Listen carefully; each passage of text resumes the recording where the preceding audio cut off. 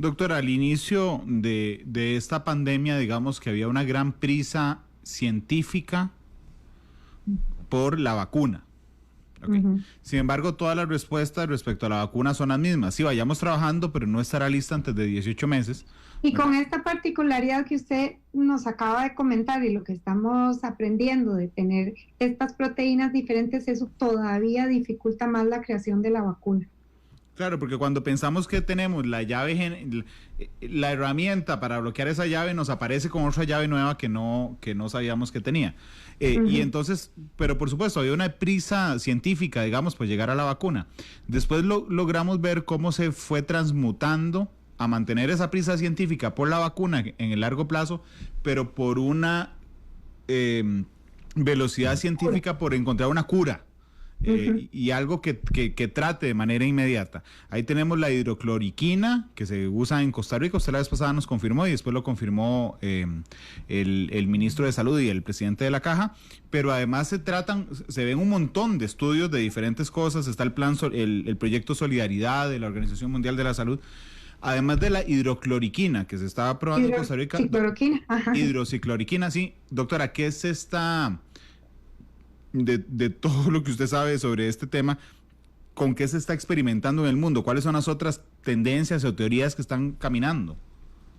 Ahora con este tema, bueno, la hidroxicloroquina sigue en el escenario y más bien algunos estudios en la combinación con acitromicina, que es un antibiótico que para uno, bueno, dice uno que extraño, un virus que responda bien con la combinación de un antibiótico. Entonces muchos lugares lo que están sacando es evidencia. Taiwán, en un webinar que nos dio, Taiwán está utilizando hidroxicloroquina en conjunto con acitromicina.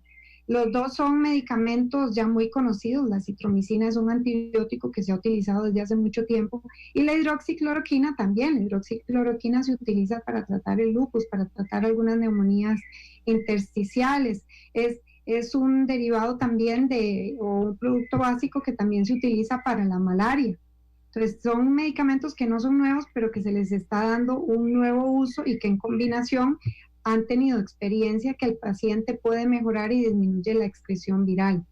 Hay otros medicamentos para pacientes críticos que se utilizan, pero solo para pacientes críticos, porque son medicamentos muy sensibles y desde un inicio de tratamiento se pusieron sobre la mesa y hay uno de los medicamentos que se utilizan para el HIV que se utiliza en pacientes, solo en pacientes críticos, porque se ha visto que también puede ser que tengan una mejor evolución.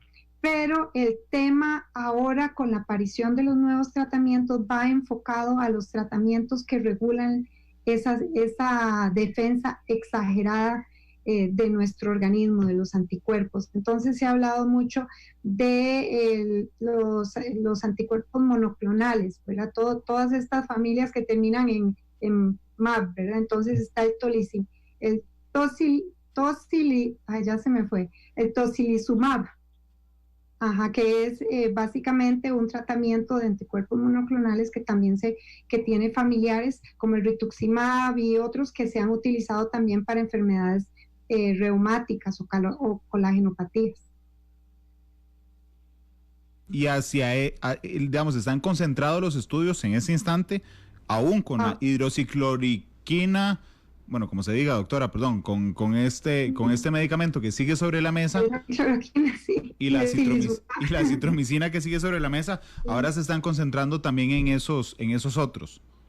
En Costa Rica, Sí, principalmente tratamientos para tratar esa tormenta, ¿verdad?, de defensas, tocilizumab. Y después hay otros tratamientos que ya se conocen y se utilizan mucho, como les estaba mencionando, que al principio decían no los utilicen y ahora están viendo que tal vez utilizarlos de cierta forma puedan también beneficiar, como por ejemplo los esteroides, que al inicio era un no use esteroides y ahora con estas reacciones inmunológicas que están causando, están pensando, bueno, a lo mejor sí deberíamos de estar también utilizando esteroides. Yo creo que el mensaje de todo esto es que se sigue probando, hay un interés científico mundial de poder encontrar la cura, ¿verdad? Y que este virus, por las características que tiene, pues no ha sido fácil, no se ha dejado. Y en realidad en los diferentes centros científicos y hospitales están probando tratamientos. Salen muchas publicaciones que a veces el título, Dios mío, dice uno, sí, gracias a Dios, como cuando salió esta publicación de la BCG, ¿verdad? Y todo el mundo diciendo, ay, ¿será que vacunando con la BCG? Ya cuando entra uno a leer un poco, lo que hicieron fue como un estudio, ¿verdad?, de casuística, que los países que colocan y que la población que tenía colocada la BCG al nacimiento, parece que son los países que tienen menos mortalidad comparado a los países que no colocan la BCG al nacimiento, pero no es un estudio, por ejemplo, que sea un tratamiento que se esté sugiriendo, ¿verdad?, de cómo se va a vacunar BCG, sino que nada más da a entender que eso es una de los factores diferentes que pueden tener los países con alta mortalidad y baja mortalidad. Igual que... Han salido otros estudios o otras propuestas, digámoslo, publicaciones, llamémoslo publicaciones, porque en realidad sí, estudios como tal de la efectividad de la efectividad del medicamento, pues en realidad no, sino son series de casos.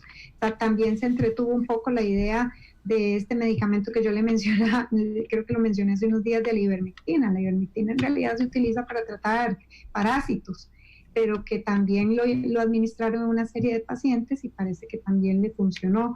Pero como hay tanta evidencia, tanta idea, que se haya hecho ya una recomendación por alguno de los organismos mundiales, que la OMS, que el FDA, el EMEA o el CDC digan, ok, esta es la recomendación de tratamiento, combine este medicamento con este medicamento y este otro, todavía no se han animado. Lo más cercano a una recomendación de tratamiento ha sido el uso de la hidroxicloroquina, porque es el medicamento que ha sido más utilizado en los diferentes países, y principalmente la evidencia que nosotros estamos teniendo, las publicaciones que estamos teniendo por las características propias de la enfermedad que está causando, es en adultos. Entonces todavía en niños tenemos menos información. ¿Por qué? Porque muchos de estos tratamientos se les da a los pacientes que tienen que internarse y que están graves. La población pediátrica ha sido la minoría que ha tenido que internarse, y todavía mucho menor la cantidad que ha llegado a una unidad de cuidados intensivos. Entonces, la cantidad de pacientes pediátricos que hayan probado algún tratamiento es poca comparada con la experiencia que puedan tener tratando a los adultos. Doctora, esto es de lo que se está hablando en el mundo, o de lo que se está tomando en consideración en el mundo sobre el tratamiento. Le pregunto sobre Costa Rica. ¿Aquí seguimos solamente aplicando hidroxicloroquina? En realidad, si queremos ampliar un poco más, en todo el espectro de la enfermedad se utilizan diferentes tratamientos, ¿verdad? Si son casos leves, pues eso ni mencionarlos. Los moderados se le da el tratamiento sintomático, que siempre se le tiene que dar independientemente de la causa de la enfermedad, de la neumonía, y los críticos, que tienen todo su soporte de la unidad de cuidados intensivos, que dentro del tratamiento se incluye mantener la presión arterial bien, los líquidos, la ventilación mecánica, que eso es como los intensivistas manejan usualmente a los pacientes críticos dependiendo a sus causas. Si estamos hablando de medicamentos específicamente, de momento nosotros lo que está vigente y Ministerio de Salud es la hidroxicloroquina. Y a los pacientes críticos lopinavir y ritonavir, pero en realidad el último es para realmente los pacientes que están muy, muy enfermos en la unidad de cuidados intensivos, pero sí está aprobado y está en el lineamiento de farmacoepidemiología de la caja, y eso es lo que está vigente.